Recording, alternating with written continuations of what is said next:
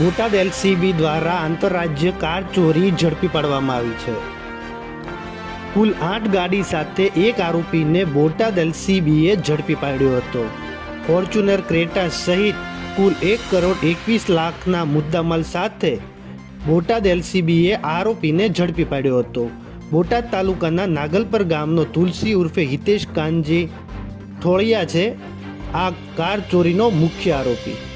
અન્ય કાર ચોરીમાં બ્રિજેશ વિનુભાઈ મોણપરા સુરત તેમજ રમેશભાઈ હાડગડા બોટાદ નાગલપરના આરોપી હાલ ફરાર હોય, જેથી એલસીબી દ્વારા ઝડપાયેલ આરોપીની વધુ પૂછપરછ હાથ ધરવામાં આવી હતી તેમજ ફરાર આરોપીને શોધવા ચક્રો ગતિમાન કરવામાં આવ્યા હતા.